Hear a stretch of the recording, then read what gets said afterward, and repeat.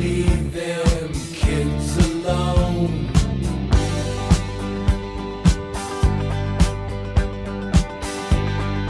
Hey, teacher, leave them kids alone. If you don't eat your meat, you can't have any pudding. How can you have any pudding if you don't eat your meat? If you don't beat your meat. Donkey! Donkey! How can you have your parfait if you don't eat... If you don't beat your meat. If you don't beat your donkey meat. We're so funny. Yeah. Carne de burro. That's what people are saying. I like Carne you de too. burro. What does he say to the boy Homer when they offer him like donkey meat? Doesn't he pat him on the head or something? Like, whatever. I actually watched a new episode of The Simpsons.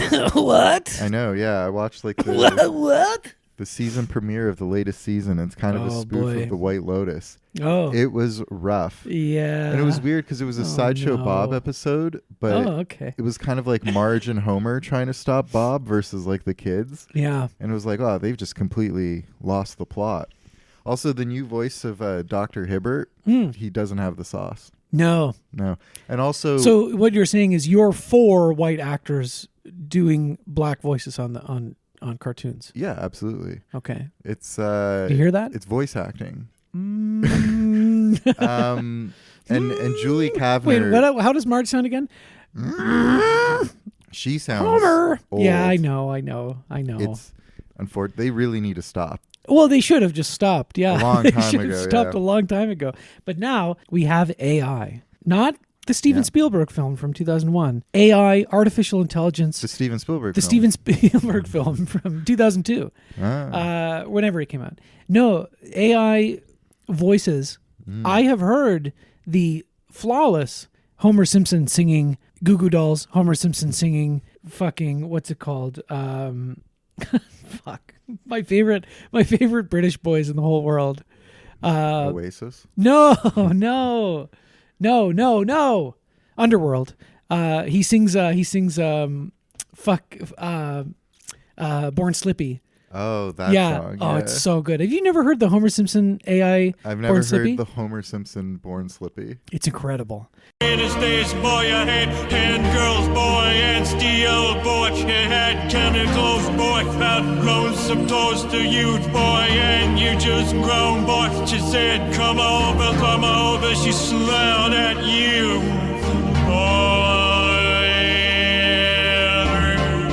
And actually, you know what? The Homer Simpson Iris, the Goo Goo Doll song, Yeah. it actually brings tears to my eyes. Sooner or later, it's over. I just don't want to miss you too many. And I don't want the world to see me, 'cause I don't think that they'd understand. Where everything's made to be broken, I just want you to know who I am. And I'm not saying it's ethical. I'm not saying it's moral, immoral, You're whatever. just saying it's perfect. I'm just saying it's great. I'm just saying it's great, and we should all be using it. Yeah. We can. The Simpsons can live on for thousands of years with AI of voices. It's pretty amazing the stuff they can do. Yeah. Have you seen the Limp Bizkit Break Stuff song? But it's all about I'm just one of those gays. No, I have not. I can imagine. I don't have to watch it now. It's also perfect. See, it's perfect. Yeah, that's great. This is not AI, of course, but remember the Eminem one? I am AI. I am AI. IMDb. My initials. You are AI. Yeah. Holy shit. Yeah. Oh my God. No last name reveal. No, but it is an starts I. with an I. Yeah. Holy Yeah, shit. yeah. I never even thought about that. Crazy, right? That's awful. Yep. I'm sorry. There's been a lot of discourse about you on Twitter. Yeah, I lately. know. People are saying really mean things. People are being really mean to AI. Yeah. Guys, Oh leave my me God. alone. How did I never put that together? Yeah. I am BT. You are BT. Yeah. just in case anyone's wondering. Yeah. Well, one of the AI things is they're talking about the brutalist using AI. I just heard about that. Yeah. Crazy. So, okay, here's the thing. I don't think we know fully what the usage was. That article is from a site that uses a lot of AI, so funny. it's not maybe not necessarily the most reputable thing, But yeah, people are going up in arms defending it or, like criticizing it, whatever. One thing I'll say, because I think, obviously there's tons of AI tools that are used in editing and have been for many, many years. Yeah. It's generative AI that people get really up in arms about, and rightfully so. The most egregious example this past year being Ian Holm, right? Yes. Which was awful. But they fixed it apparently. Yeah, they it fixed better. But in principle, I don't think it really movie. looks that much better either. Yeah. Yeah, it's still bad and still a bad idea and a bad like artistic choice, I think. To use it to make someone's Hungarian sound better. I don't know. I'm curious to see how that actually, what that kind of this sort of narrative plays out. Yeah, there's like a knob on the program or in the board. Like it just says Hungarian, and you can just turn up Brody's Hungarian. Turn the Hungarian to 9. Lower Felicity's Hungarian a tad. Yeah, she's too Hungarian. Yeah. We're going to talk about The Brutalist. Sure, we can finally talk about The Brutalist. A fascinating film, I will tell you. Yeah. If not necessarily a good one, but fascinating. I truly still don't know what I think about it, to be honest. But we'll get to it. We'll talk about it. We'll talk about it. But yeah, AI, that's funny. And then, of course, not funny, very sad. David Lynch passing. Yeah. A few days short of his 79th birthday. We called it, though. Did we call it? Yeah, after we saw the Straight story. We did an episode, and we said he would die soon. Yeah, I mean, yeah. The franchisee's curse. Oh, no. Okay, putting it out there, Doug Ford, I think, is in really poor shape. How's Woody Allen doing? Yeah. Well, I mean, let's be real. Let's try to call it right now. Woody Allen will die in 2025. Oh, okay.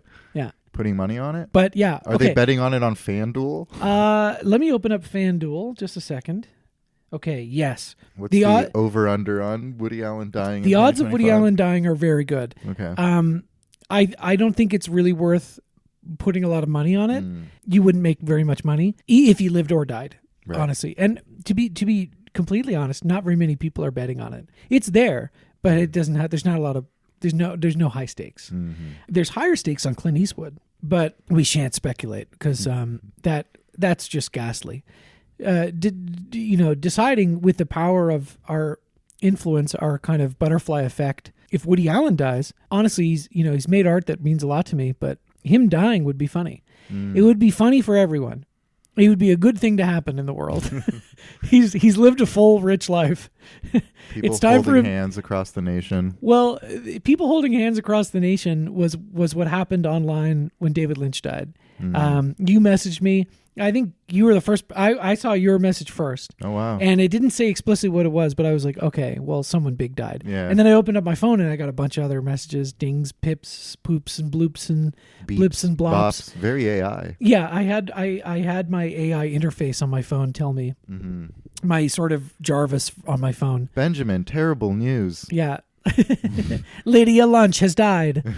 And, it's always confusing. I mean, the bugs are being worked out. It's not, I don't know. I'm not going to pay for premium on the AI app I have. Yeah, David Lynch died, and it's not something that I wasn't anticipating. I mean, we did literally talk about it on the show. Called it. And I do think the last Lynch movie I had seen before he died was probably Straight Story. I don't think I had revisited any of his other movies in between because that was August of last year, right? I thought it was like fall. It was around that time. Yeah.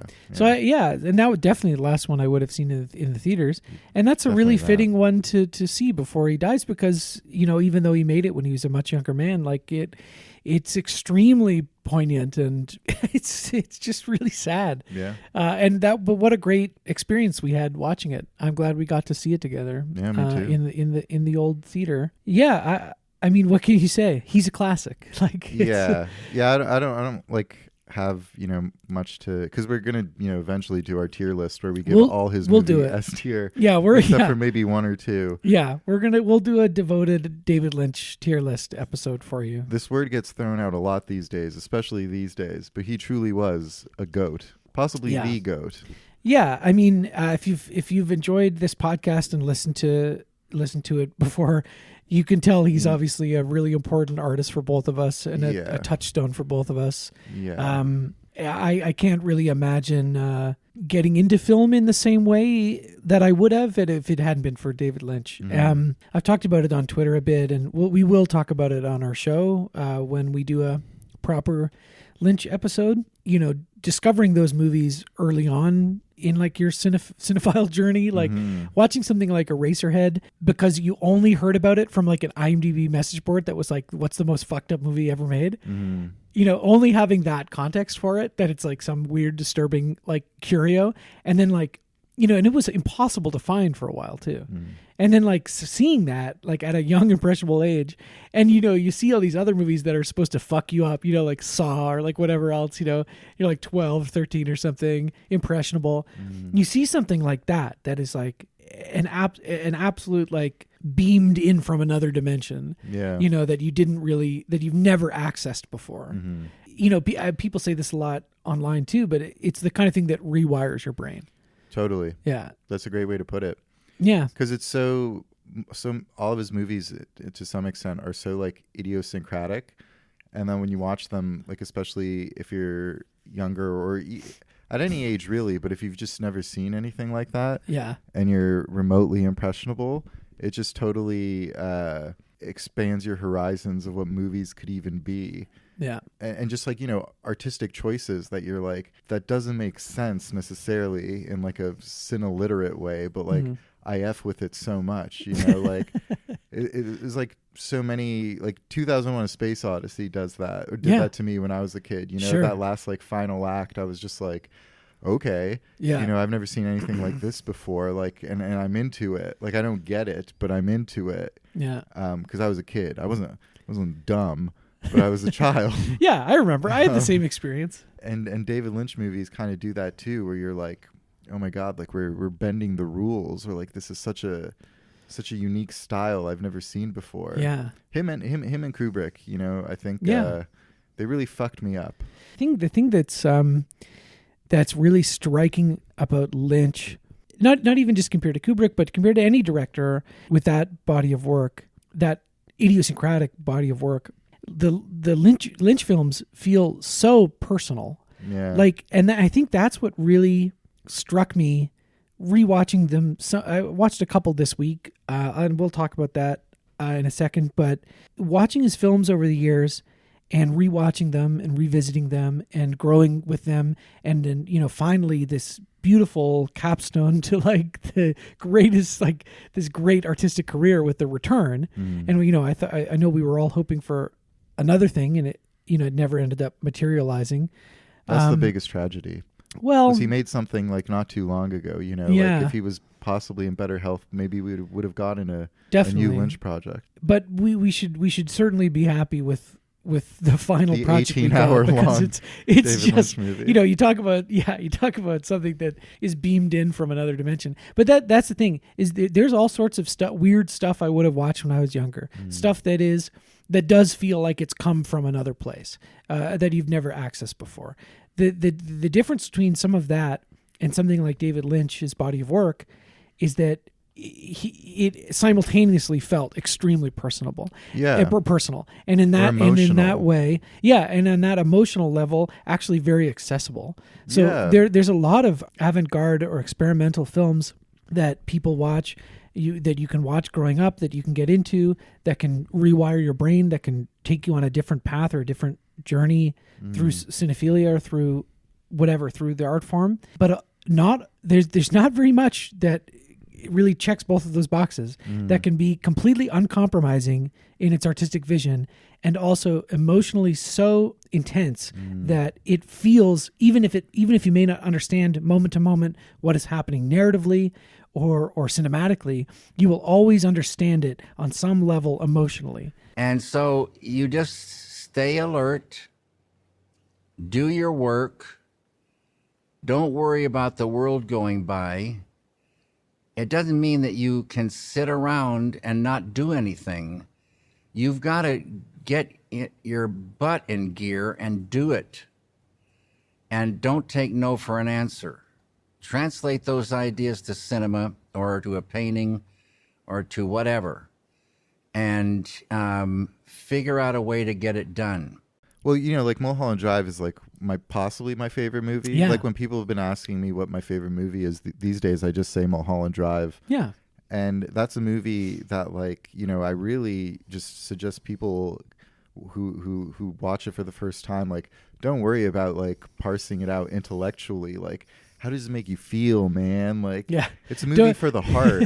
Like, don't look at the included sheet of clues you have to be paying attention to on the DVD. Just like take it for what it is, and like let's talk about it afterwards, And then there's the like commonly accepted like understanding of the events that take place, and it's like that's cool. But to me, that movie's like greatest power is the way like it can make you feel on a scene to scene basis, and then the overall feeling afterwards as well. One of like a deep and specific melancholy. Yeah, absolutely. I could talk about that movie for hours. Well, and we will on another episode. Yes. Join us then, won't you? It will be fantastic. Mm-hmm. And who knows? So, here's the guarantee. Here's the franchisee's guarantee. Sometime this year, sometime 2025, it will happen. New Year's resolution. Yeah, it'll be great. Let's do the roundup. Yeah, let's do the weekly movie roundup. Yeehaw! You like that? It's good, right? I like the yeehaw. Yeah. I like that sound effect. It's fun. When I found it, I was like, "This is the one. This is the boy. This is the cowboy. this is the cowboy." Not that cowboy. I've been thinking about this. Oh God, sorry. I could talk about the David Lynch outpouring of love. It's just so beautiful. And I like, honestly, the first day, like when it happened, I was the 16th, right? I was out of it. I was kind of not feeling great, and I was like kind of numb to the whole thing. And then over the past few days, just seeing all the love, and I know it's corny, but it's like it is corny. Yeah, it feels good, It feels nice. There's just so much awful shit all the time that it feels nice when everyone can just kind of put everything away and be like, we really loved this artist and the things that they gave us. Yeah. Just for like a couple hours, and then we can go back to like fighting and wanting to kill each other and all this other stuff. The natural state of things. Yeah, naturally. Yeah. Okay. What have you been watching, Alex? Have you come back to movies? Not quite. Okay. I rewatched a couple of really cozy, warm feeling comfort films for myself. Oh, and are you about to say something fucked up? No. Oh, okay.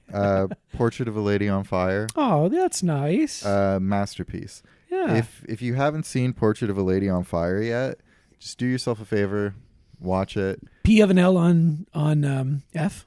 Yes. Yeah, that's it. Yeah. Possibly that's what we call it, say in the biz. One of the most romantic films of all time. I do really like that movie. Relatively new, incredible. And I just pick up on things like with every new watch, like so much of their glances, stealing glances at one another. Yeah. You can cut that tension like with a knife. Like they build it up for so long, so well. It's a beautiful film. Have you seen Petite Maman? I started watching that on a plane, but I stopped. Oh, it's maybe not a great plane movie. Yeah. It's short though. I know. I need to finish it. Yeah, I think you'd like it. And then the second big time comfort watch, I joined Ben and Mia for their first time watch of Jackass #2. That's great. Possibly my favorite of the Jackass films, which I also consider masterpieces and center around themes of masculinity and whatnot. Mm-hmm. And, rewatching it, so many like quotable lines, like the stunts are obviously crazy or whatever, but just their like quips that they throw at each other, when they're riding around on the bicentennial bicycles and Ryan Dunn's like, why would anyone ever ride this shit? Like when Johnny Knoxville like falls off it and he's like, you didn't land it though, or something. Like I didn't realize, like I've been saying like it's going to be a bloodbath for years, and I'd completely forgotten that I'm just quoting Chris Pontius on the Toro Totter. Right. Right. And you have Spike Jonze dressed up as an old lady, and he's like, I'm a slut. Like it's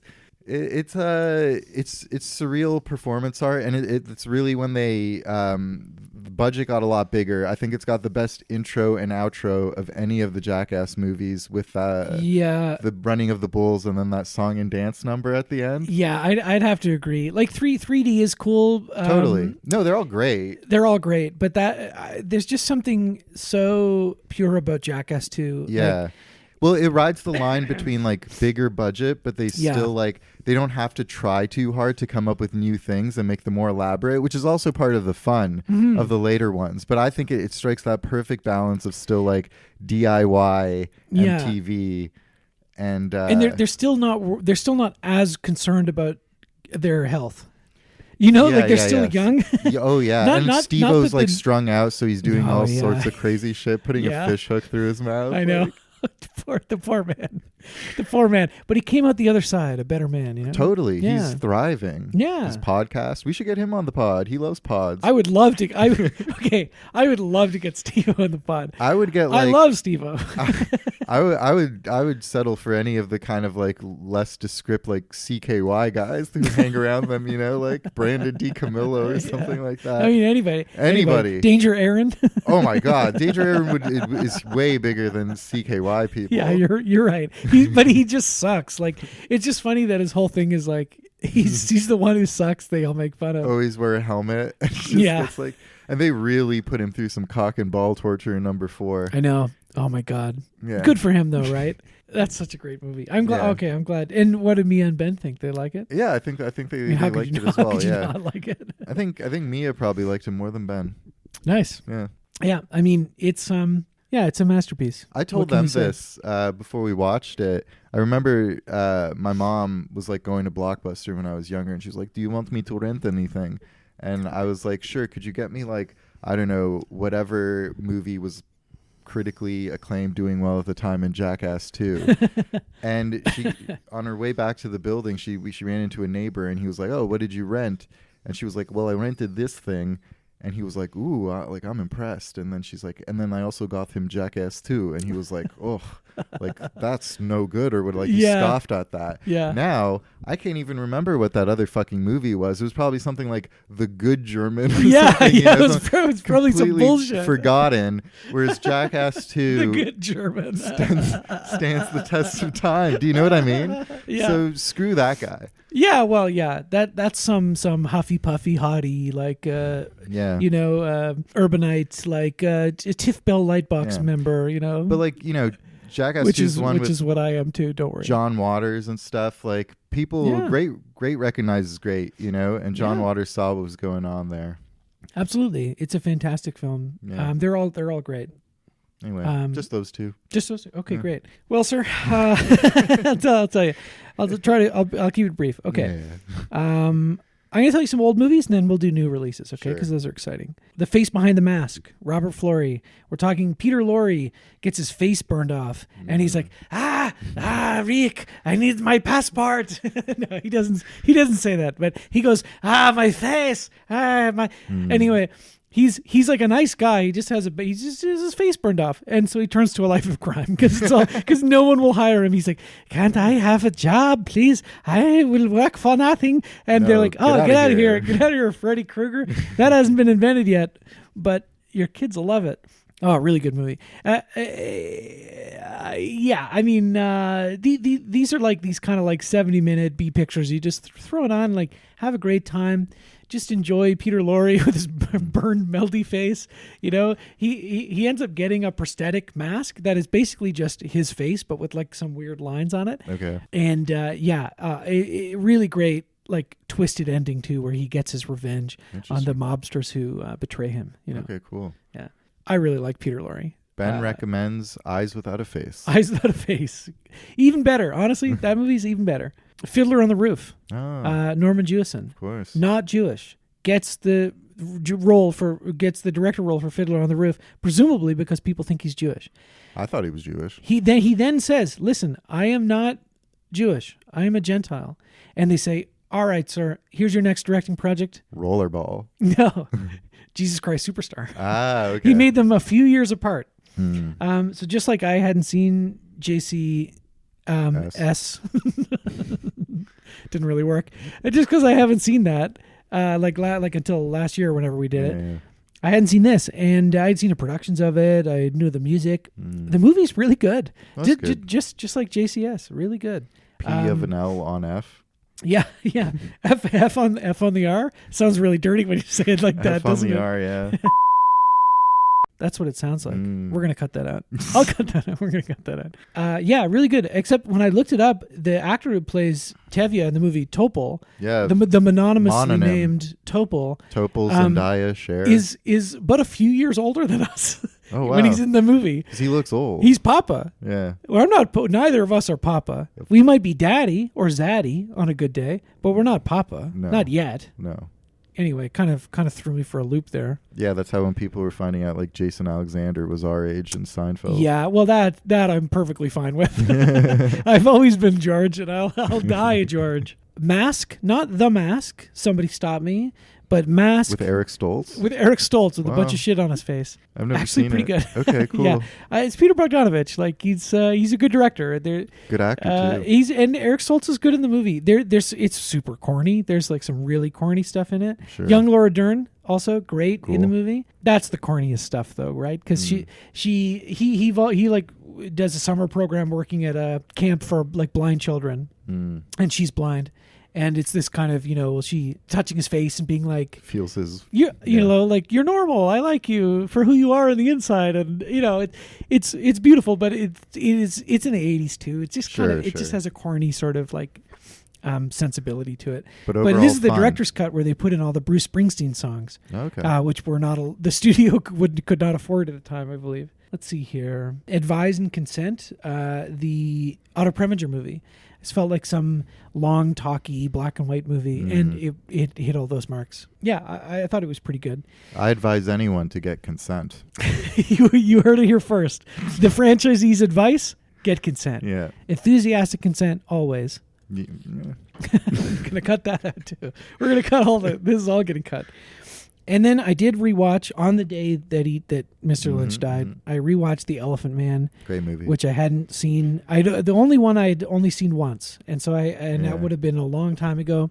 It's kind of like seeing it for the first time. It's a very sad movie, and it made me sad. The ending is so beautiful. I always forget. Like that's one of his best endings. It's actually kind of similar to the Straight Story ending, like Up at the Stars. It's beautiful, beautiful.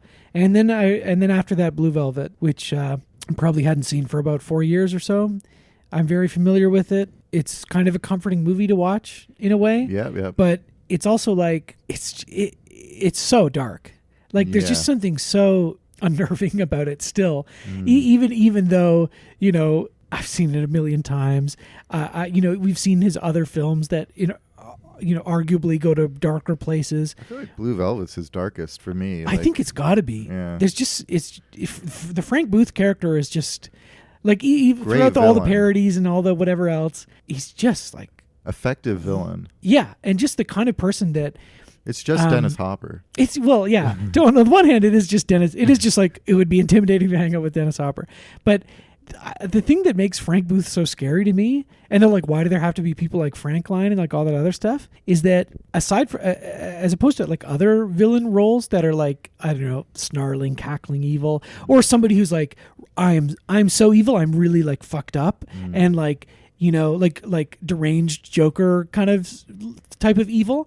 Frank Booth is just like a really crass, crude, noxious guy who's really loud and mean and vicious. Yeah. And that is represented so well in that movie that you're like, anytime you're in the room with this guy, you're like, oh my God, like I am in danger. Yeah. Like that scene I posted on Instagram, right? Where they're like, you're so suave. We love Ben. Hey, everybody, we love Ben. And then he goes up to Kyle, who hasn't said we love Ben, and he cold cocks him right in the fucking face, and it's like wham, and he's like, we love Ben, come on, show some respect, and as someone named Ben, I really like that scene. It really made me fucking hard, man. And you know what? I think I should take that and then edit it together with the Godfather 2 line where Michael Corleone says, Turnbull's a good man. Yeah. So it's like, we like Ben. Turnbull's a good man. Yeah. That'll be good. Yeah. That'll get 10, maybe 15 likes on Twitter. Which is what we're all about. Oh, yeah. That's what it's about. Anyway, good movies. Rest in peace. We'll talk more about him later. Okay, here's some new releases for you. Saturday Night. Oh, yeah. Okay. Terrible. Execrable. Great. Absolutely garbage. Can't wait to see it. Yeah, I think you would think it's pretty funny, actually. Just the idea of it, I find so fucking lame. I agree. The idea is kind of repellent, and I posted something about it on Twitter, and some guy I don't know was like, oh, like rating Saturday Night so low just for like likes, that's like really sad. And I was like, He's got a point. well, sure. It just if you're going out of your way to not like something to like get likes or whatever, I guess. But I was like, how that's how I feel with the movie. Yeah, It's a did you terrible feel really movie. strongly about this movie? Yeah, I was like, no, this is not some sort of contrarian hill to die on. Yeah. For internet likes, it's a bad movie. Yeah, no one's rallying for the cause of Saturday Night being like, if you liked the movie, that's fine. But I'm allowed to not like the movie and not have you question the reason why. And I don't think anyone It's loves kind of that funny. movie. I think there are people who love it. Oh, really? Yeah. Well, Saturday Morons. Night heads, they suck. That's right. Yeah. I don't know. I think there's people who are not turned off by the whole like, let's do a really glossy like hagiographic biopic about something that happened not really that long ago. And then there are other people who like think that stuff's usually really corny and bullshit. But there's also other people who like think Saturday Night Live is like the greatest entertainment institution ever created, and it's like, get a life. It's not. Well, the bits you see of the first show, you're like, wow, this sucks. Like, anyway, It's Not Me. You know Leos Carax? Oh. Or however you say him? I haven't seen any of his movies, but I want to. Holy Motors. Holy yeah. Motors, yeah. This is, well, you should not watch this because this is like his own personal kind of... Hell. Well, if you don't like him, yeah. His own kind of montage essay film about his life and career. It's very like Godardian, I guess. I guess I haven't seen all of his movies. Maybe that would be a better way to start. But I don't know. It's on the Criterion Channel. I watched it. I thought it was okay. There's parts of it that I was sort of like, all right, if you insist. I don't know. I guess maybe I'm just not as familiar. Well, I like his stuff. I just maybe I'm not as familiar with like his persona, and therefore watching a 45-minute movie deconstructing it maybe was not. Yeah, that makes sense. Yeah, but whatever. It's definitely worth seeing if you're a fan. Some things around If that we'll talk about when we talk about If, which is what we're talking about today, by the way. We haven't brought it up yet. Mick Harris. All we did was Pink Floyd. Everyone is stoked for the Mick Harris trilogy. Yeah. So very lastly, let's talk about The Brutalist. Sure. What do you think? So I famously, hilariously, wrote a letterbox review at the intermission. Yeah. Where I wrote, so far so good. I'll check in after the next part. And then I didn't. Yeah. So I thought it'd be funnier if I just left it like that. Yeah. Yeah. So you gave it a 4 stars for the first part. Yes. Yeah. I was really invested in that first part. Yeah. And I've seen a lot of comparisons to something like There Will Be Blood, which I love that movie. Yep. A big, grand American epic.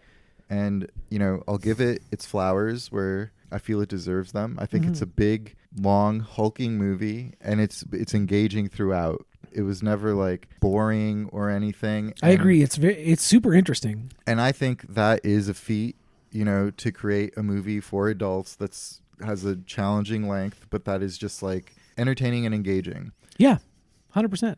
And a lot of it, like in the first half, kind of reminded me of Brady's film Childhood of a Leader. Mm-hmm, mm-hmm. And there were things in the second half that reminded me a lot more of Vox Lux. Yeah. See, now I haven't seen either of these yet. Yeah. Well, by that, I don't want to spoil anything for anyone because I do think it's like worth watching. Should we do a light spoilers, or what do you want to say? Spoiler free? Yeah, let's do spoiler free for now. You're right. It's too early, right? Because unless you're a coastal elite like us, you have not been able to see it.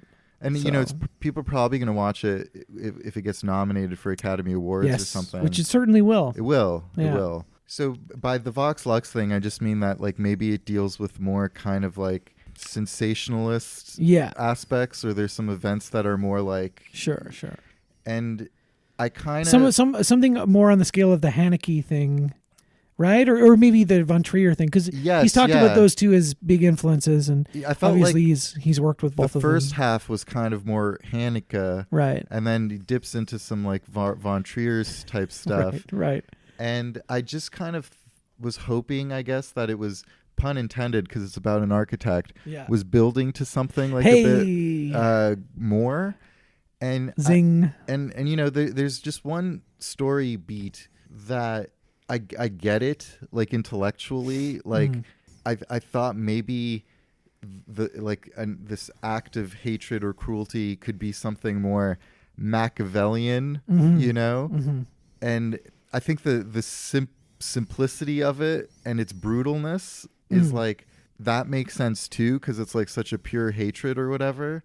But I don't know. I guess the first half just felt so smart, and then it just stopped feeling as smart. And it's like, oh yeah, Brady thinks he's a lot smarter than I think he is, or that like so far like his movies, the ideas that they present and stuff. Like that's definitely a common refrain I'm hearing is the bozo-ness of Mr. Courbet. No, I know exactly what you mean. Saw the 70 millimeter too and everything. And oh, well, that's one quick thing I wanted to say about the AI is, like, regardless of how it was used or how you feel about it, I think we can all admit that for the brutalist to have the AI kind of scandal or whatever is very funny, because it's sold to us as a like original, authentic, artistic achievement. That is the kind of film we don't make anymore. Uncompromising, shot on film and blown up to VistaVision, blown up to 70 millimeter. Like the reel of film is the projectionist. Has to miss his daughter's recital to play the whole movie. All of this, and this is just marketing and bluster, and this is how you sell the movie to people, and that's great, and it worked on me. But it is a little ironic to have it totally be like, okay, well, here's your AI part. No, I agree. I was pretty with it the first half. I was very engaged. I thought the score was incredible. Great score. Great cinematography. I thought it looked great. The opening scene I thought was really well done. Amazing. And really, really kind of ingenious. I love his weird angles. He has a great weird angle of Robert Pattinson in Child of a Leader. Well, I'm definitely going to be watching those soon. Yeah, because I am curious. But I was also thinking, okay, well, like as you said, where is this building to? What is this going to be? And so I was like, all right, second half, like let's go. I mean, the intermission, I ducked into the washroom, rubbed one out really quick. I had to smoke. Just enough time. Same thing, right? Yeah. Yeah. Same thing. Feels just as good. Just as good, baby. Smooth. Yeah. I had a menthol. Nice. Yeah. That's when you jerk off and eat your own cum after you during the intermission of the brutalist. Yeah. It's a menthol because you're chewing a Excel. Yeah. We'll cut that on. No, we're not. Yeah, and then the second half starts, and I'm like, okay, here comes Felicity Jones, and that character, I don't know, if the whole idea is that the first half is propulsive and building towards something and setting everything up, and then the second half is going to disturb that, unbalance that and complicate that. I think in that sense it is somewhat successful. Sure. But there are certain things that happen in the film. That one thing in particular, but not just that, other things too, that bit like melodramatic story beats and stuff. Yeah, that just don't feel intelligent. Yeah, I guess is that maybe the right word. Or as intelligent as the first half was kind of building towards. Yeah, and we'll talk about this maybe in a later episode. We'll come back to it. I'm going to go see it again. Yeah. I am probably going to see it again in theaters. Great. Because I'm super I keep thinking about it. I just think it's like, it's such an interesting case study of like, how can a movie kind of like build you up and fall apart over 3.5 hours? But I don't know that it falls apart. Like, I think it makes sense. And, just how you describe like that kind of structure, but then the ending is so abrupt. Like the epilogue, I don't know if it's like partly it's what happens, but I think the other part is how it's presented. It drops a lot of very important information very quickly, and then it ends very quickly, and it doesn't really leave you with a lot of time to think about the implications or ramifications of what it's telling you, which is maybe kind of an interesting thing. So on the way out of the theater, you have to talk about it, right? But I want to see it again just to, because at face value, I found it really unsatisfying. And in another sense, actually kind of like upsetting. But we'll talk about that another time. I know what you mean about the upsettingness. I think, but I don't know. But I don't know. No, I think like there's It's something wor- like you know. deeper's going on there because you Yeah. know like he doesn't like really speak for himself at the end. No, He's which, just kinda like- which is funny. Like yeah. I like the idea that it's not sincere or that Yes, it's like yeah. less sincere. Yeah, but I that's just interesting. It's interesting, but I don't know if it really works. I know what you mean. And that just way. like also like you said, that opening shot is like freaking incredible. Yeah, it's good. And then to kind of close it that way, it's just like I don't know, like maybe could have again, it should have been something a bit more monumental. And Yes, and that's the key word for the film. in terms of you know, to go back to the comparison of There Will Be Blood, you know, like There Will Be Blood has that sequence where Daniel Plainview and his son Slappy Pappy slap the shit out of Paul Dano in the Yes. mud. You know what I mean? Yes. And that like is an act of kind of like physical dominance and brutality towards someone that like demeans them and like disempowers them that I found really effective. Yeah. Whereas I don't know if I feel that way about The Brutalist. I agree, and that's an interesting point of comparison. Well, two quick things I want to say, and then we'll move on. The cruelty in There Will Be Blood, and even something like the very ending where he beats him to death with a bowling bin, Unfinished. like that kind of out of context of the film is pretty extreme. It's pretty ludicrous, like how you might feel about a certain scene in The Brutalist. However, the difference is Paul Thomas Anderson, in general, but specifically in There Will Be Blood, it has the mastery of tone down pat, right? Yes, Whereas totally. The Brutalist does not.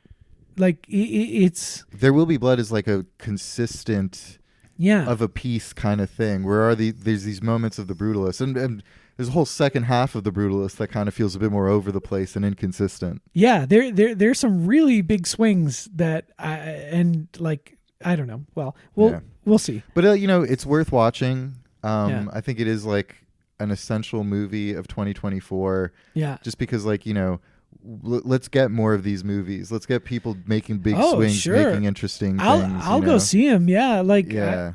yeah. Well, and then lastly, I had heard some of the Paul Thomas Anderson comparisons, and most of them were like negative, derogatory towards The Brutalist. Sure. Like it's not stacking up. And the first half, I was thinking, okay, like I see it. You know, and I was like, oh, I'd really like if Guy Pearce was played by like Daniel Day-Lewis or somebody. You know what I mean? I do think Guy Pearce is great, though. I thought he was pretty good. I thought he was pretty good. I liked Yeah. him. His performance. It's just the character that. Yeah. Yeah. Well, anyway, but then in the second half, near the beginning of the second half, when his wife gives him the kind of I'm in charge hand job, I was like, all right, well, come on now. Like we've seen this scene before. Right. You know, it's not exactly the same thing. And it's more melancholy. It's very sad, but it's a similar scene to The Master, where Amy Adams is yanking Freddie Quell. No, The Master himself, Lancaster Dodd. Oh, right. Yeah. I haven't seen that movie in a long time. Yeah, it's time. 2025. It's the time to rewatch The Master. I've seen it like twice. I don't really want to. All right, whatever. Well, let's talk about the film du jour. If dot 4 dots. Did you know? Is it 4 dots? Oh no, maybe it's only 3. Yeah, maybe it's just an ellipsis. Listen, is it an ellipsis? Is it one more than an ellipsis? That's something you got to ask Sir Lindsay Anderson. Yeah, who is dead. Okay. No, he's not knighted, and he's dead. So good luck with that. Have Fat a great chance. time doing that. If 1968, Lindsay Anderson. This is a movie that is fun for us to revisit because we both saw it at the same time many years ago at Queen's Film. Yep. In first year. Yep. It was one of the films they showed us. And in retrospect, pretty cool movie to be shown in a school setting. Totally. Yeah. I mean, my experience at Queen's was not anything like this boys' school. No. But there were parts of it that, you know, parts of it especially that reminded me of boys' summer camp, which did not have like the class issues and the other sorts of authoritarian kind of whatever, but just the general like you're a boy amongst a sea of other boys, and there's just some awful shit going on all the time. Sure, there's just some heinous shit going on. Ugh, I'm getting chills. It creeps me out. I love this movie. I really loved it when we saw it, but watching it again the other night was kind of like seeing it for the first time. It'd been so long. Like, you know, I remember because I watched it a couple times, like at Queens, because I think my friend missed the screening. So I was like, oh, it's okay. Like I downloaded it. Like I'll rewatch it with you because I liked it a bunch. Yeah. But my memory faded of it, and I had this Criterion copy, and I was like, was that just like, you know, the follies of youth or whatever? But then I rewatched, and I was like, I feel like if more people saw this, like I know it caused a stir when it came out in England and it was rated X. Yes. So that probably like prevented. Well, it won the Palme d'Or at Cannes, right? Oh wow. Yeah. Yeah, that probably prevented a bunch of people from seeing it though. I but guess, there is like a newspaper poster included in the Criterion of like an ad for it, and it was literally split down the middle with like bad reviews on one side and like good reviews on the other, and it's like, which side will you be on? Like choose for yourself. Right, and I think they use that as the tagline. Yeah. But there were like moments in this movie that I was like, if this was a more popular movie or in the popular consciousness a bit more to this day, like these images are like kind of iconic. You know, like at the end, spoilers, whatever. It's an old fucking movie. Watch the movie. Yeah, it's good. But there's like a guy in like a knight uniform, like running around while all this like mayhem is happening, like iconic. You know, like the black and white, like weird feral, like dance thing with Malcolm McDowell and good. the girl, quote unquote, in the you know, iconic, like Malcolm McDowell stealing the motorcycle and stuff. Like there's just so many images that I was like, if this was, I don't even know, it just feels like these images could be like on a poster in someone's dorm room or something like that. Sure. But for some reason it's not, and it's just not as widely celebrated of a movie. Yeah, it's interesting. I guess, I mean, it is from 1968, so that's you know, for the modern person, that's pretty old, right? Mods. Yeah. It is from Swing in London. Yeah, it's pretty modish. It's pretty modish, yeah. No, I was trying to think, like, what are the things I remember from seeing it the first time ages ago? Obviously, I remember the ending, and I remembered little bits and pieces of it. The mustache. There's so much I didn't remember. The one thing that really stuck with me is actually the very beginning, like you say, when you know it's established right away what kind of awful situation all these boys are in. It's, you know, it's uptight, it's authoritarian, it's old school British. So it's actually technically it's called like a public school. Yes. But a public school is a private school. Yeah. Yeah. And it's and you just from a few scenes before Mick Travis even enters, you know exactly, you get exactly what this place is like, whether you're British or not, right? And then he comes in and he's acting mysterious. And when he goes to the mirror and takes off his scarf and reveals his mustache, I don't know. It's just like, it's a total, like, A Star is Born moment. You know, you're just like, okay, that's Mick Travis, but that's Alex DeLarge. You know, that's Gangster Number One. That's fucking Malcolm McDowell. We have to watch Gangster Number One. We keep bringing it up. I like Gangster Number One. I've never seen it. It's a silly movie, but it's kind of fun. That's Gangster Number One. Malcolm McDowell is just so comfortable on camera. He's great. And he's young. He's so great. And like, it's obviously good casting too. Like casting him in this, casting him in Clockwork Orange, kind of as a result of this. Yeah. It's just brilliant bits of casting. Like he has that, like, when he was young, he has that, like, kind of like, you know, punkish face almost. Like he might be up to no good. In this movie, it's, you know, in the end, it's like kind of like a more righteous cause than something like a Clockwork Orange where he's an evil little monster. Yeah, and there's a interview bit with Lindsay Anderson talking about, or actually it's with Malcolm McDowell talking about getting cast in Clockwork Orange based off of this, right? And how he was worried about how he would play it. He was like, he didn't really know how to do it. And Lindsay Anderson told him, like, there's a scene, I don't remember what scene he's talking about, but there's a number of scenes where this could be applicable, where he smiles. And he gives that kind of like sarcastic, knowing smile, you know? And he's like, that's how you play Alex. Like, and it's perfect. Like it you know, this character is not the same character as as the Clockwork Orange character, right? No. But the seeds of the performance are there. Like it's Yeah. and it's funny that those movies, because Clockwork Orange is only like 3 years after later, this. Yeah. Another movie rated X in Britain. Yeah. And then at some point banned in Britain, and actually kind of difficult or impossible to see for many years. Cinematic bad boy. Malcolm McDowell. Yeah. And it's funny. I kind of like this movie more than Clockwork Orange. Is that a crazy thing to say? Like Clockwork Orange. Oh fuck! I don't know. Maybe I take that back. Clockwork Orange is just blindingly good. I know. Yeah. I know. Okay. Fair enough.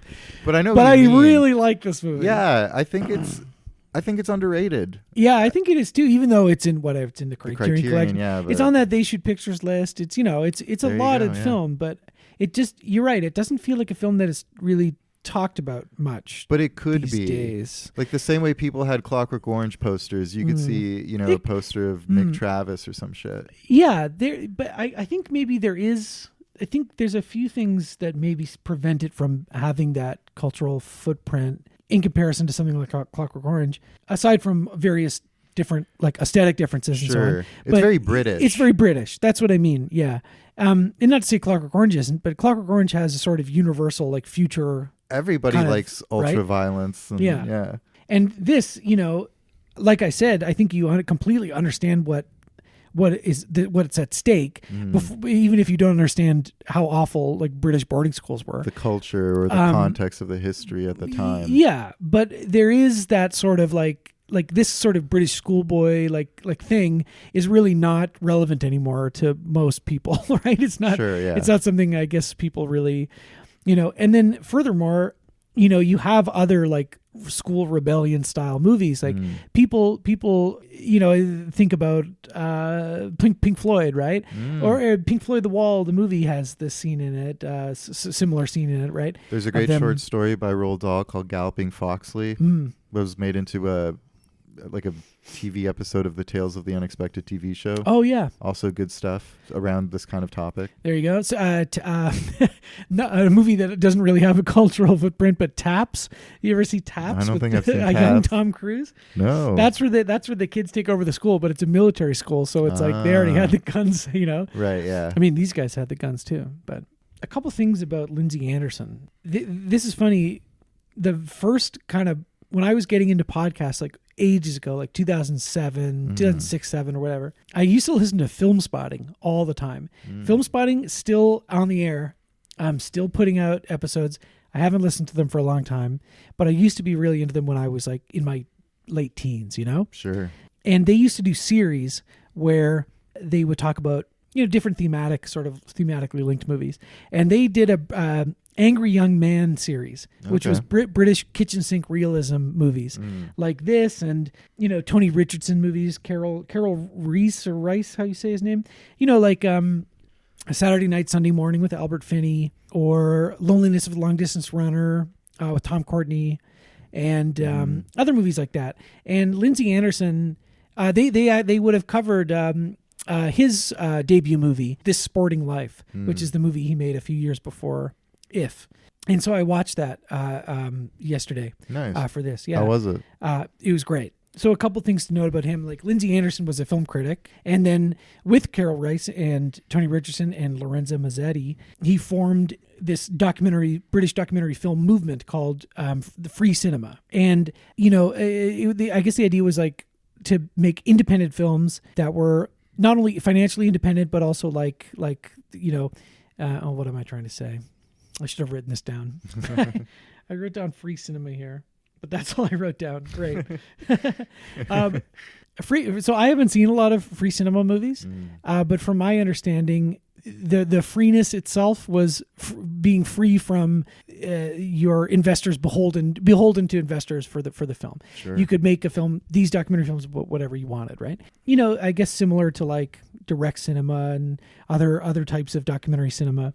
And he made a short called Thursday's Children, which is probably his most famous of his Free Cinema shorts, which I think is about a school for the blind, maybe. And it won an Oscar for the best documentary short. Wow. So he had some international clout off of that.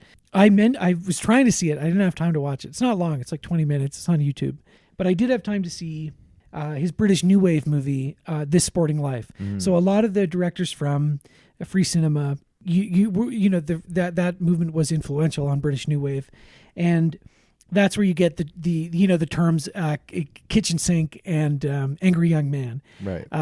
The kitchen sink realism thing. I think the actual name for the kitchen sink thing comes from an artist who had kitchen sinks in his paintings. I don't remember I was reading about this a while ago, but I don't remember exactly which artist it was. But that idea of they're making really emotionally honest and intense movies about regular working class people in Britain. And inevitably they're going to be fighting in the kitchen at some point. And then the angry young man thing is a similar thing where all of these protagonists, the long distance runner, Albert Finney in Saturday Night, Sunday Morning, and Richard Harris, who is incredible in This Sporting Life, are, these angry young men, quite literally, who are frustrated with their place in society, with Britain, their lot in life, and are raging against it in one way or another, usually in a way that is not constructive and destructive to their lives. You can see a lot of the documentary aesthetic that he had in his shorts in This Sporting Life. Cool. Which is about a rugby player who is very good at rugby but bad at everything else in his life. And yeah, it's really good. Richard Harris, really good performance visually and in the performance style, very similar to Marlon Brando in the 50s, I think. Interesting. But you just you can't take your eyes off him. He's such a brute, and he's so beautiful, and it's just I found it really affecting. And Rachel Rodgers is in it as well, and she'll be in the next movie we're watching, Oh Lucky Man. Excellent. A lot of these actors are shared amongst them. And another influence, both in the free cinema movement, but also specifically for Lindsay Anderson in If, is the French filmmaker Jean Vigo, who made only a few films before he died quite young. His film Zero for Conduct, from I think 1933 maybe, and it's a short. It's for mid-length 45-minute movie that is about a bunch of French schoolboys overthrowing their school, and it doesn't quite get as violent. They're younger than Mick Travis. It doesn't quite get as violent as If, but it's very much like the kind of urtext for that sort of kids take over the asylum sort of movie, and it's really beautiful. And I actually watched that again today on my lunch break. Wasn't originally If going to be called Crusaders, and it started as a script that was it American or something like that? Did they change it to be set in Britain or something? I don't know. Is that wrong? I'm not sure. I do know it began life as a script called Crusaders that underwent some changes. Yeah, maybe that's the case. I'm not sure exactly the origin of that. Actually, you know what? Now that I'm looking at it, I don't think I watched the right movie, If. Oh, did you watch It? No, I didn't. No, I've seen It before. I watched a movie called If. No. You watched the Marvel show What If? Oh. Where they're what if the Avengers movie was The Simpsons? Oh, yeah. Okay, because I was wondering why The Simpsons and the Avengers were in the movie. Yeah. Yeah. No, I watched John Krasinski's If from 2024. Do you remember that? Oh, yeah, Imaginary Friend. Terrible. Yeah. It didn't even seem British. Oh my God, I watched the wrong movie too. What did you watch? I watched Red One. Oh no. Again? That's your third time, Alex. Yeah. The one thing to tie This Sporting Life back to If is something that I was so apparent to me before. I swear to God I didn't look it up. When I was watching This Sporting Life, I was like, I think the director is in love with Richard Harris. Just the way that this is shot. It's how could you not be kind of obsessed with him? And this is a quote from Malcolm McDowell. So Lindsay Anderson was gay, but I think just from what I read was kept it private and was maybe a little closeted in general public, and he says, I know that he was in love with Richard Harris, the star of Anderson's first feature, The Sporting Life. I'm sure that it was the same with me and Albert Finney and the rest. It wasn't a physical thing, but I suppose he always fell in love with his leading men. He would always pick someone who was unattainable because he was heterosexual. And, one of the most interesting things I found in If is some of the, I guess, for lack of a less contemporary sounding term, like queer content in it. Yeah. Because there's the obvious that we see in the film, and this is actually quite a funny review from critic John Semley, who said, probably not the first film to imply a connection between feeble authority and sexual sadism, but I challenge anyone to find an earlier use of the sarcastic slow clap on screen, which is very funny. Yeah, that's a great review. But about that authoritarian homosexual sadism, that trope in movies, a lot of the time, I think, can come off as like somewhat homophobic when that's all that it's really, But this movie is not like that. There's that wonderful scene of the younger boy who teams up with them, the Bobby Phillips, I think his name is in the credits, watching Wallace do his like gymnastics routine.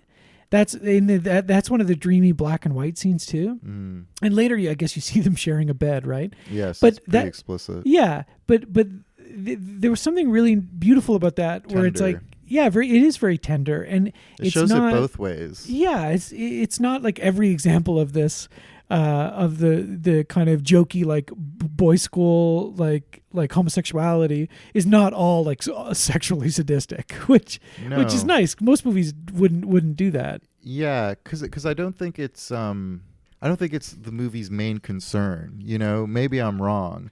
But but it's a big part of the movie. Yeah. But it has more to do, like, at least it felt like to me, like, in theory, like, all these kids should be like equal and treated equally, right? But it's about like that kind of imbalance of power between them. But they're all like relatively, they're all students. They're all within like a year of each other's power. Exactly. Yeah. Which also reminds me of camp. Which I never had the experience of going to. No. But this boarding school where the film takes place, like you mentioned, it's very unnerving, and there's like a lot of like sharp intake of breath moments and stuff like that. But it's also very funny. Like the way he kind of satirizes some of these aspects of culture and society or tropes is just like the dorky professor who rides in on a bicycle singing, like, it's so, I don't know, it's just perfect, and like that whole sequence, there's at one point they're doing like military training, and there's like one really dorky dude with very British teeth who's like, oh, you forgot your war yell. Oh, like, that guy's fucking terrifying. Yeah, just because of his teeth. Funny. It's very funny. Yeah. There's a lot of there's a lot of moments in this movie that I found really funny. It's hilarious. Yeah. Yeah, it's really funny. It's really funny. I was laughing out loud, as they say. There are parts that make you wince. Like the scene where they give that kid a swirly who everyone hates. Yeah. Biles. Like, why are you such a freak, Biles, or whatever? Like, they're such shits, know? They're always acting out and being little shits. Yeah. There's so many great little details, like background details of like kids just like, he must have just been like, all right, like fucking run amok. Like, go ahead, Oh God. And all the scenes of them in like chapel or whatever, when they have to sing their psalms, every single psalm they sing is awful. Yeah. And I that must be, I was listening to one of them. I was like, is it actually any worse than the regular like song you would sing in church? I think so. It's one about pilgrimage. It's like, it's just like discordant, and like, it's like, it seems like it's very difficult to sing. It's really awful. It sounds really terrible. Yeah. Good choice. Yeah. The school's kind of divided into these stratuses. Yeah. But so the thing is like, they're listed as the Crusaders, like Mick and his friends, who are kind of like ne'er-do-wells. Johnny and Wally. Rabble-rousers. Yeah, they're nonconformists. They're like lower sixth form or whatever. But the people, there's the other side is the whips, the like authoritarian. The prefects. Prefects. Yeah. they call them the whips. They're yeah. like upper sixth form or whatever. So like Yeah. really they're the same age, I'm assuming. Like I don't know how that system works. They're but they're like one of them is like 16 or 17, one of them 17 or 18. yeah, That's- if not the same age. if not the like same if age, the same yeah. year or something. Yeah. And you know, the whips get to exercise some power, and they're like, you know, buddy with like their college's headmaster or Yeah. something, who kind of lets them like run shit the way they want to. Yeah. And there's all these like weird traditions that just feel so steeped in being British, you know, like, oh, we must honor this because Yeah. and there's a scene early on where like they're quizzing a new kid on like slang terms for things around the school, and he's like, if the whips quiz you and you get this wrong, like we're all going to be punished. Yeah. And it's just so the kid says it wrong. The other kid hits him. Yeah. And he's like, if you don't get it right, they'll hit us. you Yeah, know? yeah. And that's just this like daisy chain like down all the way down. Yeah. It's so, yeah, it's just, I don't know much about, you know, British history, society at that time or whatever, but it just feels so satirical and kind of Yeah. like on point and angry. Yeah. You know? Yeah. It's very repressive and very oppressive. And that, of course, is the line that Malcolm McDowell says when he's like, this is what we're going to do. He says, death to the oppressors, which is a line I certainly think about a lot these days. Yeah. And he also whatever happened to Luigi Mangione? Like, nobody ever talks about him anymore. But he had a good line where he says, you know, like the power, you know, in one bullet, like that one person can have with one bullet, One you know. bullet, like at the right target or something Yeah. like that. Yeah. And it's funny too, because it's not like, it shows that they're naive too in a way. Like Yeah. you know, they're postering all these like you know, guerrilla like you know, and insurrectionists like on their walls and Amidst everything. like And- big titted women. yeah. They're adolescents. Yeah, I know, They're yeah. kids. Like, so yeah. One thing that was funny, I didn't. I promise I didn't make this up. I promise this is a Wikipedia article I read today at work when I should have been doing something else. So at the beginning, all of the whips, they talk about and treat all the younger boys kind of like sexual objects. Yeah. Like a little bit like cattle. And Like, Phillips, come here and like bathe me. Or yeah, something. there's just this like sexually sadistic like overtone to pretty much everything that they do. You also see a You know? teacher like give a kid like a purple nurple. Like it looks That like he, that like, teacher is definitely like assaulting the boy. Yeah. He walks up behind and hits one of the boys in the back of the head, and then he goes to the other boy and he reaches into his chest and like is groping him. Yeah, I thought he was like pinching his nipple. Or I think so, something. but it's for sure like it's creepy. yeah, it is you know, teachers should not hit children, Yes. of course, but it's one step beyond that. I'm Yeah. saying there's a very uncomfortable sexual aspect to it. There's a traditional practice in British public schools and boarding schools where younger pupils were required to act as personal servants to the eldest boys. Do you know what it's called? It's called Boyardom. No, better than that. It's called fagging. Oh, okay. Although Sick. Although probably originating earlier, the first accounts of fagging appeared in the late 17th century.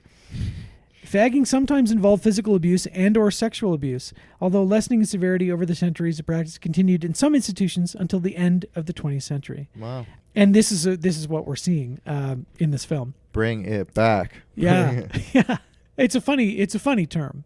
Sure. We can all laugh at the funny term. Yeah. So what is this movie about? Like, it's about this awful, oppressive school, and it's about three older boys.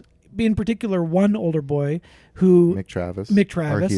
our hero, who we will see again and then never again. He stands out. He shows up with a mustache from Summer. He shaves it off. You know, it's not like a protest or anything. He's always being told to cut his hair. Yeah, these three boys do have the kind of Beatles haircuts, right?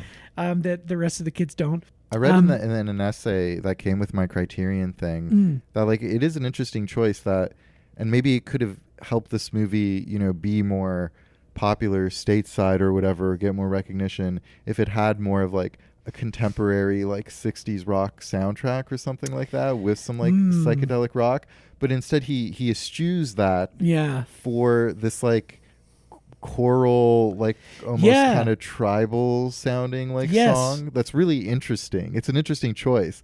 Like you see Malcolm McDowell listening to this piece of music in his like dorm room when I'm sure most boys of that time would be listening to like the Beatles or Cream. Yeah. I can't go about fagging now. I have to go Cream. Sorry. We'll cut that out. No, we won't. Disraeli gears. No, that's super interesting. That I was trying to find that song actually, but it's another interesting choice that sets him apart from everyone else, but that also falls into line in that kind of like, he is kind of this like, cultural appropriator in a way, not in the modern sense that we say necessarily, but in this like he is looking at and exoticizing like other cultures and their struggles and fights and their independence and whatever, and sort of co-opting it to his own like very like British, like white British Anglo kind of milieu, which is funny, and I think certainly to some extent a little ironic too. Absolutely. And so he's just kind of little vignettes of them and their School lives. life. At one point he and his one friend Johnny, I think, steal a motorcycle and find this girl in the cafe, and then that's this totally great scene that you mentioned where they're kind of hitting on each other, and she growls at him like a tiger, or says something like she likes to be a tiger, and he starts growling at her, and they're growling and they're wrestling on the floor, and then it cuts to them naked doing the same thing, but not as if it actually happened, right? Or like but a fantasy, or like representative of what's going on some level, maybe. And there's all sorts of little flights of fantasy. I keep saying that. I keep saying that phrase. I'm not going to say that anymore. There's so many fantastical moments like that. Yeah. That are very funny but not like cutesy.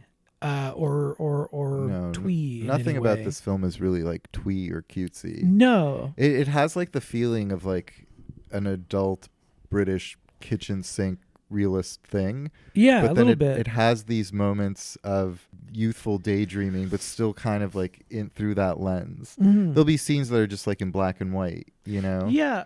which is also interesting. I will say that's one thing I forgot for sure from the first time I watched it. Yeah. I don't know if I really get that or think that works. I don't get it. Yeah, because I did a little looking into that. So he said at one point it's to give it a bit of a dreamy feel, which is like, okay, mission accomplished, right? But I think he also said at some point like it was a practical thing. Like for certain scenes, practically it was beneficial or cheaper or whatever to shoot black and white for this or that or this or that. Sure, okay. But then that can't be entirely true because it does feel intentional. It's intentional. Also, there are some scenes in a location that are filmed in black and white and switch, right? Yeah, exactly. Yeah. So I don't know. I don't know if it really adds much to the movie. I think he did it to replicate the look of a security camera at the Quick Stop. You're right. It's not just because it's cheaper. It's because it's a Quick Stop security camera. Yeah, exactly. Yeah. That was funny too at the school in the first scene when he has the big banner that says "I assure you we're open." Yeah, right? yeah. Or when they go buy drugs from Jay and Silent Bob. Yeah, my favorite scene is when Jason Mewes said Snoochy Boochy. Snoogans. Yeah. This movie, 15 quid, little man. 15 squid.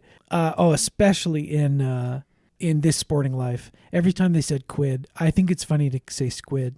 Like when I go to London, I'm gonna say, I like to just say squid instead of quid. And let me tell you, they love it. You're gonna get stabbed. The Londoners, every single person I said to in London, they love it. They think it's so funny when I say squid instead of quid. They're gonna pull out all types of blades on you. No, or they also say Bob, right? Yeah, like yeah. 20 Bob. It's like pennies. But if you say Rob, ooh. or if you say Robert, 20 Robert, they love it. Or they think it's Blob? so funny. Oh yeah, the Blob. They'll they'll crack up. Yeah. They crack up. Yeah. When you say anything, or when you say like God don't save the queen, they're so into that. Like people are so into that. They call it taking the piss. Yeah. Oh, you're taking the piss out of us. Yeah. Or yeah. What do you say instead of taking the piss? Taking the piss. Oh, what to make a joke on that? Yeah. Baking the cyst. Baking the cyst. Yeah, they're going to love that. Yeah. They're going to eat that up. We're going to cut all that up. Yeah, for the best. I keep saying that. Yeah, so... it's a series of these kind of vignettes, and then at a certain point, they discover a cache of weapons under the school. Well, Mick Travis has some actual live ammunition that he's like hoarding. And at one point, when the school does a little war games, which is very funny scene and like so stupid, like they're just running around pretending to shoot at each other. It doesn't even seem like it's really organized at all. And they use it to scare the shit out of some people. Yeah. And he intimidates and kind of almost looks like he's going to kill like one of the headmaster general guys, right? Yeah. So they get in trouble with the headmaster guy. They get a caning. They get a caning, and that's really where you see like, you know, the three main whips. That's one of the best scenes in the movie too, because you don't see the other boys get caned. You're out there with Mick as he's waiting, and then he goes in. And they cane him, and then they give him like they do an extra round of canes. Yeah. And in the extra round, it cuts to his face, and you see, you know, like obviously how painful it would be. But then there's this great shot. It's maybe one of the best shots in the movie where it cuts to, I don't know if it's like the floor below them. And you see the younger boys, and they can all hear it happening. And it just kind of pans, and you're just watching them as they all like listen in on it. It's just great. Like, you know, God, can you imagine, like, you know, like school as a young person going to school is, I think, already like kind of intimidating for most people. For sure. It's stressful. Now I'm really about to drop a big knowledge bomb on you, but going to school as a kid is kind of like going to work as an adult, right? Ooh, it's I kind never of thought it's, of it it's that kind way. of their version of work, and it sucks, like work does, right? And to have to do that, you know, to have the possibility of being caned. Well, just you're constantly being harassed for everything all the time and under attack physically, sexually, you know, it's like working for frickin' Hollywood over here. Oh. You know what I'm talking about? Frickin' Hollywood Weinstein over there. Ugh. Yeah. No, rest in thank peace. you. Yeah. Rest in peace. I'm manifesting that he will be dead by the time I finish editing the episode. He might die this year. He might die this year. He's in very poor health. Let's check the odds with Vegas. That'd be huge. Yeah. The odds are very good. I've checked. I just checked. So the headmaster's funny too, because he's like clearly trying to be a little bit like, I understand you boys, and like I'm kind of an unconventional guy. And so like I'm not going to punish you. Like I'm going to give you work, and this work is actually going to be like beneficial to you, to your character. And the work is to like clean out the like underground, but like beneath this kind of stage in the gym or whatever, or like the storage space. Yeah. And they're throwing out all these old props from old plays, like a wooden crocodile and all this weird stuff. And they find a cache of weapons, presumably from leftover from World War II, I would imagine. Yeah. And then they kill everybody. they stage an attack where the three Crusaders, the girl, and then the young boy Phillips are all kind of on the roof of the school and start like, first of all, they smoke everyone out during like kind of an iconic like moment where they're giving this like sermon or something, and like a lot of like alum or people from the community are there, and they smoke them out by starting like a fire like underneath the floorboards. So like as this person's like orating, like smoke just starts kind of like billowing from the floors, and they smoke everyone out and then just kind of open fire. But again, like I feel like this movie is very kind of like even-handed in its portrayals. The people they're firing on start firing back. Like the whips start firing back, At one point, you see like an old British lady with like a machine gun. Because it's like Founders Day or like something. So all the parents are there, right? Yes, right, yeah. So everyone's firing back. They killed people. Yeah, they like do. People are dead. It doesn't pull any punches. There's a great moment where like, and also this must have definitely been an influence on like Hot Fuzz, you know? Oh, sure. During that shootout in like the town sequence later on. That sounds about right. But the headmaster, he's like, boys, like stop, like everyone stop, like surely we can like work this out and like listen to reason or something. And then the girl shoots him point blank in the head, right between the eyes. Yeah, and they're like firing mortars, and again, like I mentioned earlier, there's a man in like a full knight costume here. It's really surreal and funny and like exhilarating and just like well done. And honestly horrific. The second most horrific school shooting movie we watched after Elephant. Yeah, it's really funny to think about it as like a school shooting. Yeah. Because it is so far removed from the modern school shooting that we know and love today. Could be another reason maybe this movie doesn't get like it's possible like watched, that there's some queasiness to it, right? Sure, like you know, even though it's different than the pattern of school shooting that we know and love today, as I said. Extremely. It's more like an insurrection or like a rebellion. A rebellion, right? But it's still, at the end of the day, it's like they're killing teachers and students and parents at a school. But the ending of the movie, which I can't imagine, it must have just like totally shocked people. Yeah. You know, because even watching it this time, I knew it was going to happen. Yeah. But I didn't remember. It's not that it's like really, really violent or something. It's not, no. But I forgot how,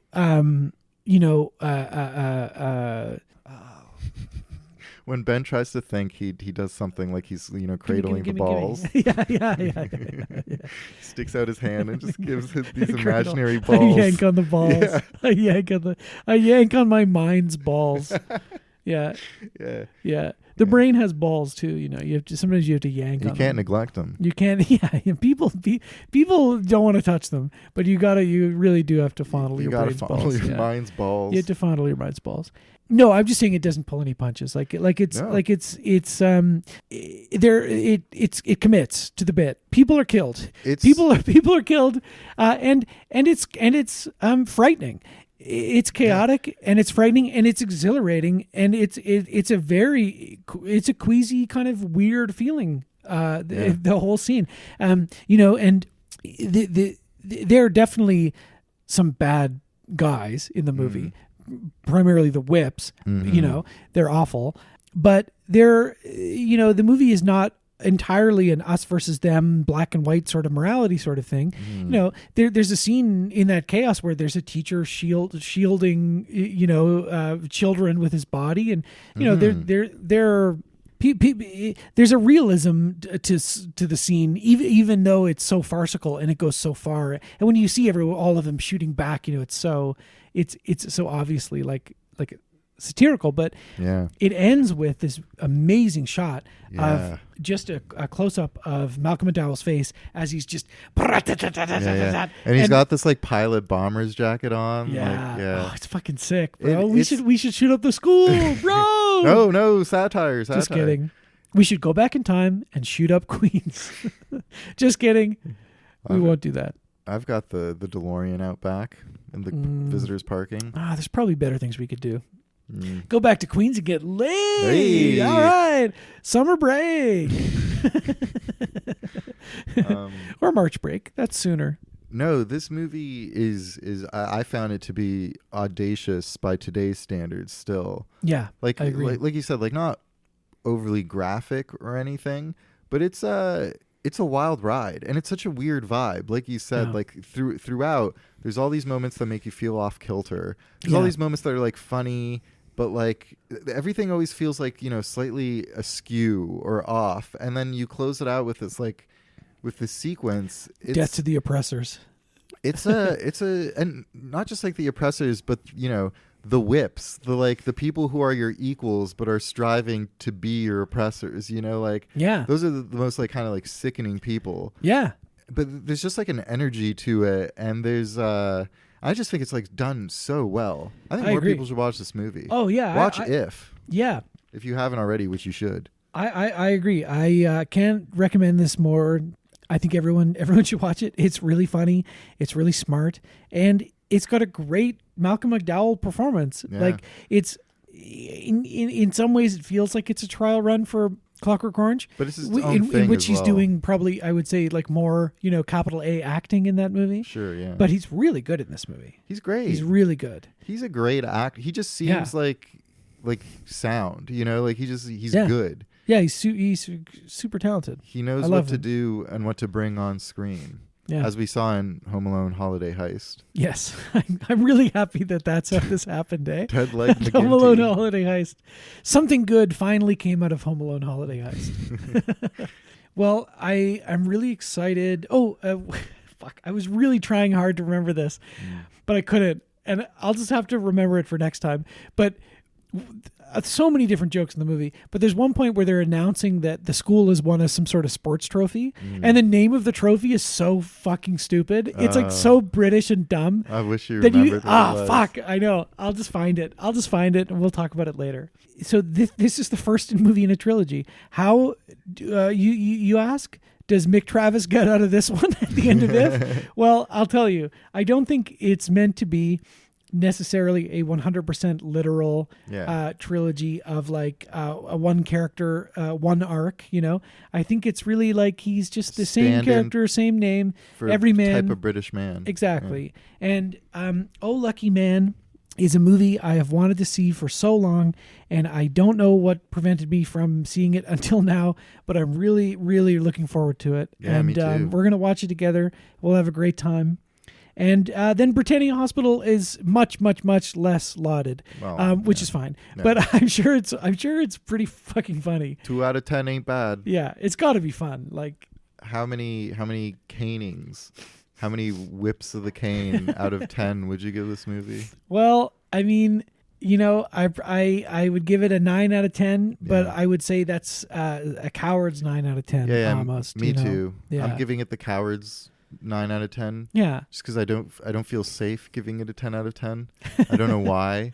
You feel like you're going to get caned if you do. Yeah, maybe, or put on a list for being into school shootings because I like this and Elephant. Yeah. Yeah, I guess that's right. Wait, when did when was Lord of the Flies written? That's like after this, right? No, sorry, not after this, but that's like in the that's in like the 50s, right? I would have guessed 40s, but Maybe this is in the 40s. I don't. 54.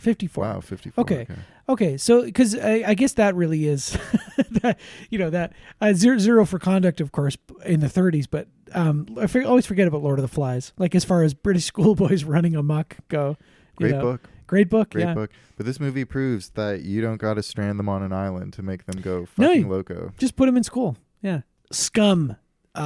With Ray Scum. Winston. Scum. I've never seen that. I think it is pronounced scum. Scum. Scummy.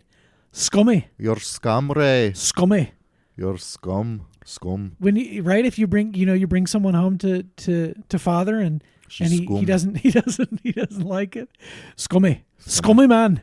Yeah. Scummy man. That's a new character. This is a new character I'm working on. Yeah. You have to bring Judgmental British dad. bring your new boyfriend home to meet your traditional British father. Ma pa, this is my new boyfriend, Billy Elliot. No son of mine. Scummy. He's scum. No, son, I don't have no problem with you dating a boy, but he's scummy. He's scummy, man. He's a scummy man. Yeah, okay, scummy dad. I'm into it. He's Scummy British a dad. tolerant father from 60s Britain. But he'll let you know. But he he just thinks thinks you're scummy. he needs a wash. He's scummy. He's scummy. Come here. I'll lick the scum right off you. I'll lick the scum right off your forehead. No, the accent's falling apart. He's scummy. Whatever. He's a scummy man. We're in love, Dad. We're in love.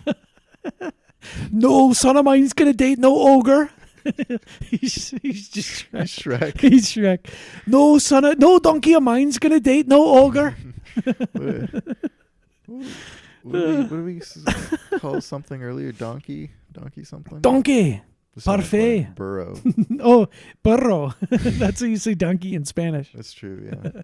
Carne de burro. Scummy. Scummy. No scummy man of mine's gonna be no carne de Eating a burro. donkey. Yeah. Yeah. That's why You know people what? listen to the show. Yeah, for these sort of interconnected riffs that just like transcend space and time. Scummy dad. If the dad who says that your boyfriend's scummy or girlfriend, it's scummy is not a gendered This is what SNL needs, like. Well, you know what? These This sort of kinds of hyperlink, riffs. this sort of cigarette burns, right? This is to tie it back into David Lynch. This is what Inland Empire is like. Right. Listening to this podcast is like watching Inland Empire, Yeah. where it's the cigarette burn in the silk sheet or whatever. You're going into the hole, and Yeah. it leads you somewhere else, and all of a sudden you're in Poland in that Yeah. film. In this case, Romania, right? Or Britain, and your scummy dad is telling you, You can't well, date the the irony other. of it all is that he himself is quite scummy. He hasn't taken a bath in years. They're not self-aware people. You don't want to end up like me, lad, all scummy. Scummy. You scummy boy. Look at me. Look at your poor dad. Look at how scummy I am. Look at how scummy Papa is. Do you want to be like me? You want to be like me? You want to be like me, boy? Scummy. Yeah, and he's not because they work in the mine all day and they come home and they're filthy. They're sooty, but they're not scummy. No, he there's a gets difference. he's scummy just because he like doesn't really wash up properly. He washes the soot off, and underneath is a layer of There's a scum. layer of scum. Yeah. Why do they bring up Scum? Oh, Scum Winston. is a movie with Ray Winston that's at a borstal, which is like even worse than this. Boys' right? prison. Yeah, boy prison. Yeah, you have to go to boy prison. Oh no, Yeah. say it ain't so. Yeah, I know. Yeah. Who, me? Send me to boys prison? Yeah, a fate worse than death. It's like this scene from Watchmen where Jackie Earle Haley's like, "I'm not locked in here with you. You're locked in here with me." That's me at the boy prison. Yeah. Just taking names. Banging the gavel. 20 years in boy prison. No. Yeah. Oh. Well, this bit has officially gone off the rails. Oh, yeah. I agree. Well, join us next week for Oh Lucky Man. Yep. Really looking forward to it. I'm glad we chose to do this. Lindsay Anderson, a director that I don't think really gets talked about that much. But also, who knows? I mean, we're not in Britain. I know he's much more popular over there. Yeah. I'm sure. And I think If is probably a pretty consequential movie for a lot of young British men. We're making huge strides, though, to give him his flowers here in Canada. Yeah. Here Which might be annexed by the States. Yeah, here in Canada, America, Yeah. 2025. Literally, Trump is going to be inaugurated tomorrow. Yeah. Yeah, that's right. Today was Biden's last day. So one more hour of the Biden presidency. How are you going to spend it? Jerking off, I bet. Scummy man, can't Scummy Alex. Scummy Alex, take your fucking dick out of your hand Look, it's not for 1 fair. minute. He's just joking, guys. No theater of the mind here. It's terrible accent too. It's like, is he Irish? Is he British? Is he Scottish? He's something. Yeah, that's what I was doing with my nephew. I know he doesn't understand language yet, but he does it a little bit. So I'd tell him like, Murray, there's nothing going on in my life before you were born. You're the only light in my life, Murray. Oh my god. Murray, I love you more than anything. Don't let me ever catch you being scummy. I swear to God, lad. Anyway, rest in peace, David Lynch. Yeah. To play you out, we're Go gonna Birds. go Birds. Rest in peace, David Lynch.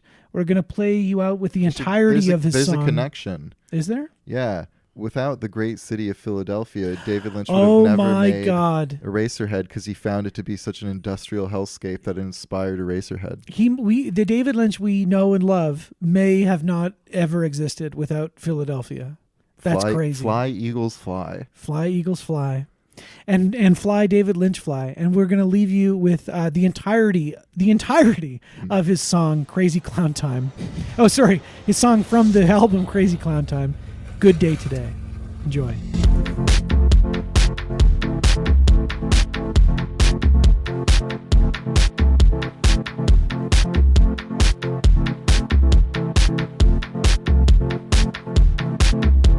So tired of fire,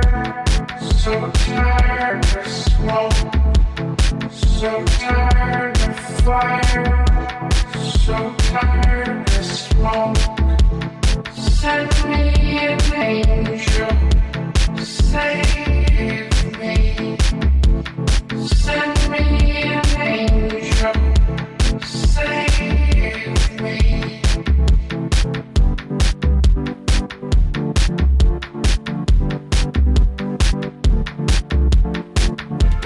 I wanna have a good day today. I wanna have a good day today. I wanna have a good day today. Good day today.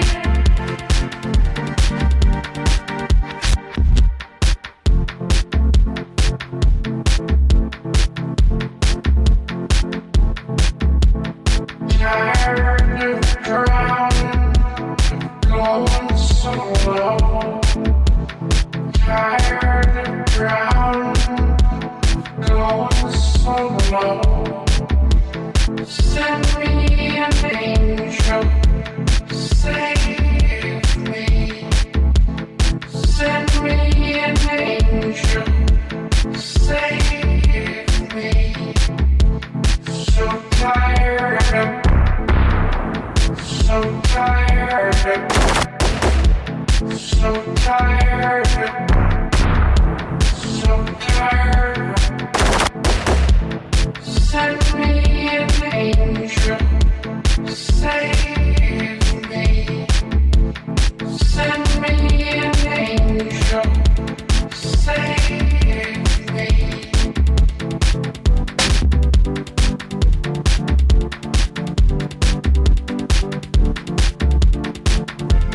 I wanna have a good day today. I wanna have a good day today. I wanna have a good day today. Good day today.